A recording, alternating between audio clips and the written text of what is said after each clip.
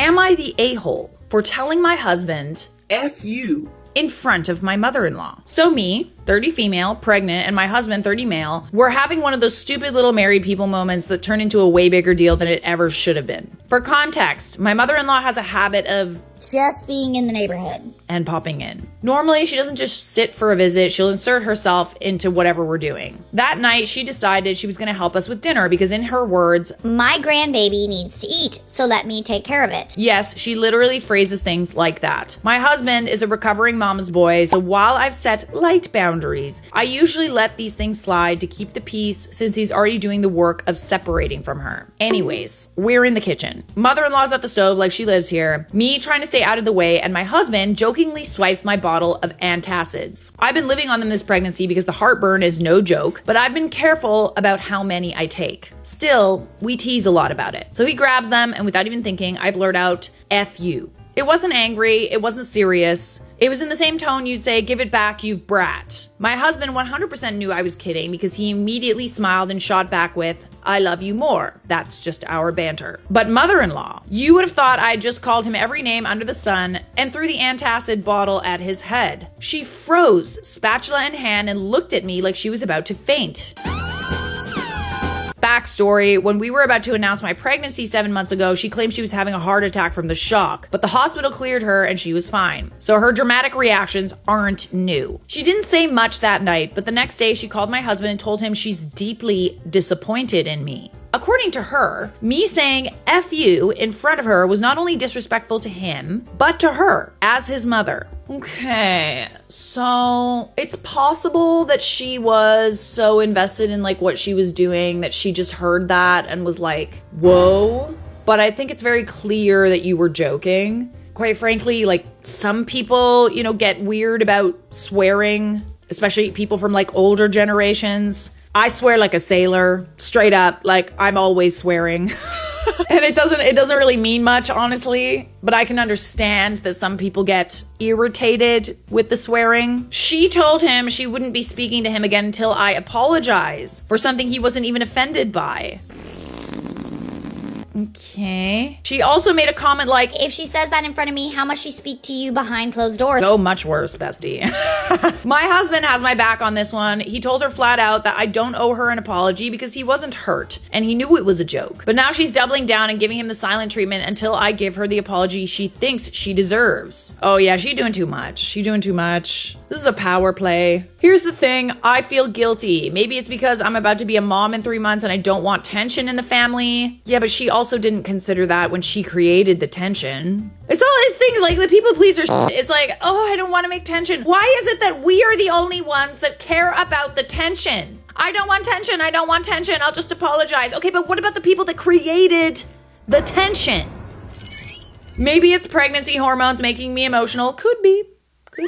But I hate the thought of my husband being essentially blacklisted by his mom over this. At the same time, I know if I cave and apologize, I'm setting the precedent that mother-in-law gets to insert herself into every little inside joke, misunderstanding, or interaction between us, and then demand an apology if she doesn't like it. So, just to get extra opinions, am I the a-hole? Obviously not. But I think you're wondering like whether or not you apologize, not just if you're the a-hole here. I feel like there could be an opportunity to have a discussion with her just to clarify a few things. I wouldn't overtly apologize to her. You have nothing to apologize for. You could just kind of sit her down and be like, hey, listen, like, could I understand a little more about like why you were offended by like our interaction the other day and like get her to explain it to you and then just be like, so this kind of banter is like kind of normal and like maybe you were a little distracted and you just heard the bad word and you assumed that it was me being disrespectful, but it really was just,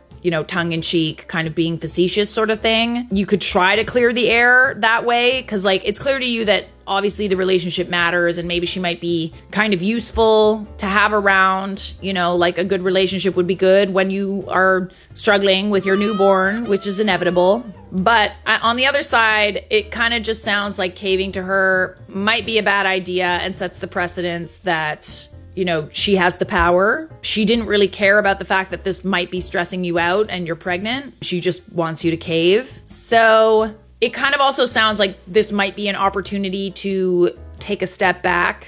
But in the event that you decide to take a step back, it's always good to have like a little bit more information. So like rather than, you know, a lot of the times when there's conflict, it's almost always miscommunications, like almost always. People get offended without like understanding, you know, people's tones or where everyone's coming from. So I always like to, before I cut people off, have like a moment where we try to like clarify why we're upset and try to hear the other person out, you know, set boundaries. And if those boundaries are not respected, then I tend to like, you know, just to be sure. And then when we, you know, have those conversations where we clarify, pay attention to things like gaslighting, paying attention to things like playing the victim, you know, and if they're doing all of that, it's really, really dumb. Like this is, I'm sorry, but this is really dumb. I think that there could be an opportunity here to take a step back from her, which is kind of what you want anyway, it sounds like. Or maybe there's an opportunity to gain a little bit of insight into why she was hurt or upset. Maybe she doesn't like swearing or something. I don't know. Not the a-hole. Enjoy the silent treatment and stop keeping the peace. It's always funny when people like you don't want to talk to are stonewalling you. They think that they're being manipulative and it's like, oh, they'll come around. Like, man, they're gonna come to me and bet and grovel. But it's like, no, like I actually like don't want to talk to you. So this is great. You do not want or need a meddling mother-in-law dropping in uninvited when you're postpartum. Start setting the boundaries now. It is time to call this stuff out. She's not speaking to him unless OP apologizes. Good, fine. Let's see how long that lasts once the baby's here. Oh, she'll guilt trip for sure. Like, make no mistake, she will. She can cut herself out of her newborn snuggle time, or she can the hell out of someone else's relationship. OP holds all the cards and the baby. And it's time mother-in-law realized that. That's exactly how I see it. Silent treatment. Don't threaten me with a good time. Woo! Yay! We're not talking. Okay, I really like everyone's responses. This is very funny. There's two things you could do. You could enjoy the silent treatment while it lasts, because it won't last long, believe me. When that baby comes, she gonna be knocking. Or you could use it as an opportunity to sort of set boundaries and be like, hey, you know, I want to understand more about like why you were offended by that. I also feel like you're deciding what it is and isn't okay in my marriage, and that's not your business, quite frankly. If there's issues in my marriage and I want you involved, I will come to you and ask for help. Otherwise, it's not really your business, okay? So those are your options. You are not the a-hole.